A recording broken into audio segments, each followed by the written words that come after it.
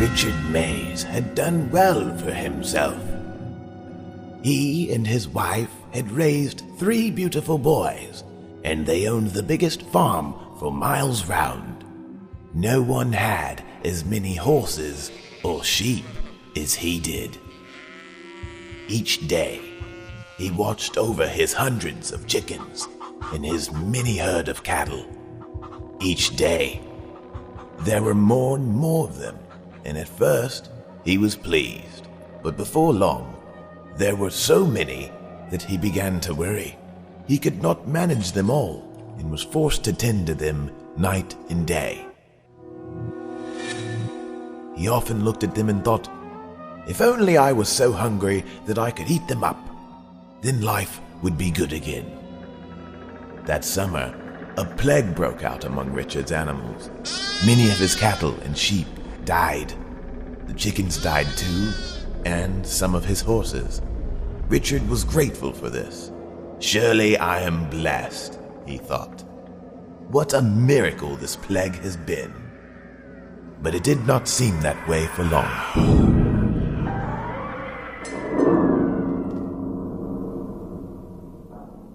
As the days passed, more sheep and herds of cattle died.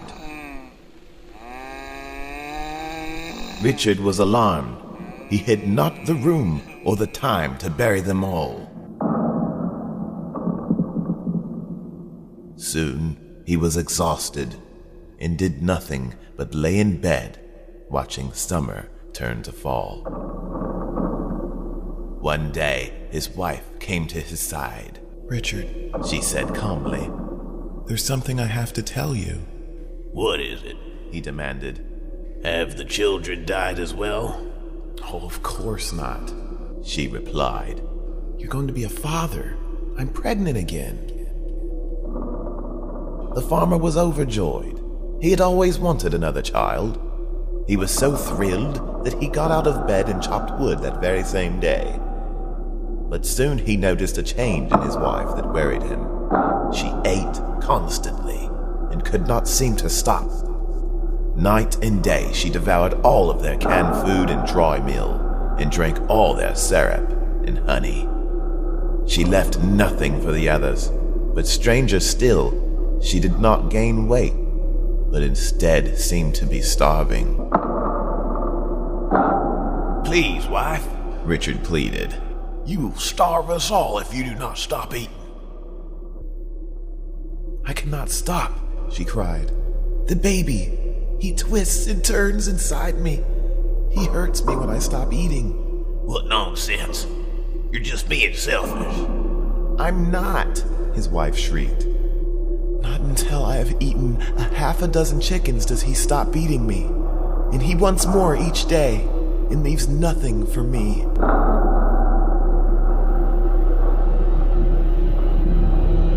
Time went on, and as winter turned to spring, the plague moved on. Soon, the animals were as numerous as ever, and just in time.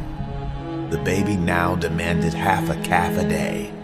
Richard watched in horror as his wife butchered, fried, and devoured 3 of his cows each week. Even then, the baby scratched, kicked, twisted, and turned. And the wife looked worse than ever. Just as it seemed she might die, the wife gave birth to the baby boy. Soon thereafter, she recovered her strength. The baby was as hungry as ever, but Richard was no longer concerned because the plague had ended and food was plentiful. In just a few weeks, the chickens again numbered in the hundreds. The cattle were so many, no one could see them all as they stretched across the pastures. There were now dozens of horses and more sheep than ever. This would have worried Richard had it not been for the baby. As an infant, the boy ate 3 large chickens a day, and once old enough to walk, their largest sheep for breakfast and lunch, and a horse for dinner. Richard was horrified at this. But at least he had time to rest. Surely I am blessed, he thought. What a miracle this boy has been. But it did not seem that way for long. As more days passed, the boy continued to grow, as did his appetite. At times he was so ravenous, he seemed more like an animal than a boy, and more than once bit his mother's hands as she fed him. The farmer and his wife found themselves cooking constantly for the boy, so that they could get nothing else done. But Richard had an idea. Wife, he said one morning after breakfast, why bother cooking the meat at all? The boy eats so quickly, he wouldn't notice if it were raw. Perhaps you're right, his wife replied. I'm tired of feeding him. Take him to the pasture this afternoon and see what he does. That same day at noon, Richard took the boy to where his many animals grazed and let him go. In moments, the boy took off running and threw a small sheep to the ground. Then he tore open its throat with his bare hands and devoured it alive. The farmer watched in horror as his son rose from the bloody carcass with a crazed look in his eyes. Things went on like that for many weeks. Richard would take his boy to the pastures, and the boy would consume all the animals he could catch. The boy devoured calves and colts as a hungry dog eats chickens. Richard was disgusted by this, but could not do without the boy, whose appetite allowed him to keep his livestock at a manageable number. So he let things go on this way for months. After a while, Richard did not bother to stay with the boy, but began to leave him out in the fields all day long. And each night, when the farmer retrieved him, he swore his boy had grown larger and more like an animal. He noticed, too, after a month or so, that the boy was not just eating the meat of the animals anymore, but their bones as well. So there was no way to tell how many the boy had eaten. But the boy was growing. Of that, there was no doubt. Several months passed. Winter came, and the animals would no longer breed. And yet, the boy continued to eat them, as many as ever. Soon the big flocks of chickens were gone, and the extra herds of cattle. There were but a few sheep left, and a half a dozen horses. The boy had eaten all the others. Richard was scared. The boy was so large then that he could not live in the house, but slept in an empty barn. Oh, what have we brought upon ourselves? The farmer cried. The boy is no blessing. He's a curse. What'll he do after he's eaten everything we have? It didn't take long to find out. In another week, all the animals were gone, eaten by the boy, bones and all. There were no more sheep or horses. There were no more cattle or chickens. The farmer's wealth was gone, and his family was starving. Everyone was terribly angry, so they all marched to the barn where the boy lived and found him sleeping. They kicked him angrily. Look what you have done, the wife screamed. You've eaten everything we've owned.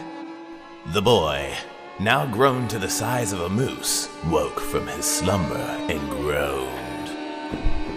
Mother, the boy growled. Mother, I am hungry. Fetch me a horse to eat. I will not, she screamed and kicked him again. We have no more horses. You You have devoured them all. Fetch me a cow, then. The boy said to his brothers. I'm hungry. We will not. The boy's brothers screamed. We have no more cows. You ate them all up, every last one. At this, the boy stood and hissed at them all. I am starving. The boy moaned. What is there to eat? There's nothing left here, Richard cried. So go on and find food elsewhere. The boy did as he was told. That same day, began wandering the countryside, devouring every animal he could find.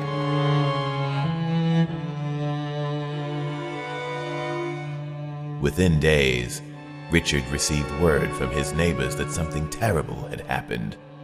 I tell you, someone's been taking all my livestock, His neighbor cried. and they've taken our only daughter. Richard knew it was his boy that had done it, but was too ashamed to admit it. Perhaps a wolf's eaten your cows. Richard said. As for your daughter, I'm sure she's hiding under the bed or something, playing in the fields. Have a look, I'll go look myself. Well, perhaps you're right, His neighbor replied. I'll go check out them fields and return with news. But the neighbor did not return in several hours, so Richard sent his oldest son off to find him. But night came, and still his son had not returned. Richard sent his second oldest son to find the others, and then at noon, his third boy rode off as well. By dinner that night, not one of them had returned. Finally, the farmer's wife offered to go and look for her sons. I cannot sleep another wink, she said, until I know my boys are home safe. Her husband protested, but could not change her mind, so she rode off as well and left him there alone. Many hours passed and darkness fell again. Richard's wife was not home yet, and there was still no sign of his sons or his neighbor.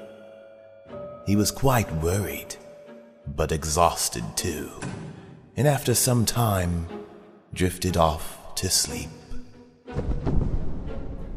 He was awakened in the night by a sound at his bedside.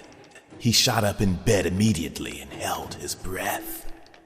It was very dark indeed, and he could not see at all, but he heard the floor creak beside him and was scared.